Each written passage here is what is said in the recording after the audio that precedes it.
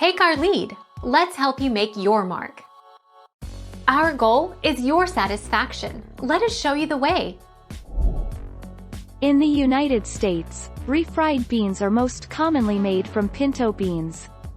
They are served as a side dish with most Tex-Mex restaurant meals. They also have become very popular as a dip for corn tortilla chips. Refried beans are also a primary ingredient in many tostada, chimichanga, and pupusa recipes.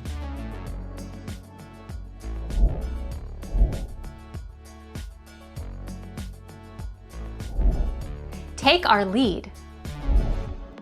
Beware of the refried beans. Many of the traditional, or original, canned refried beans are made with hydrogenated lard, or pig fat. Make sure you're looking for the vegetarian label if you're avoiding animal-based ingredients. Thank you for watching. Please subscribe and hit the bell notification.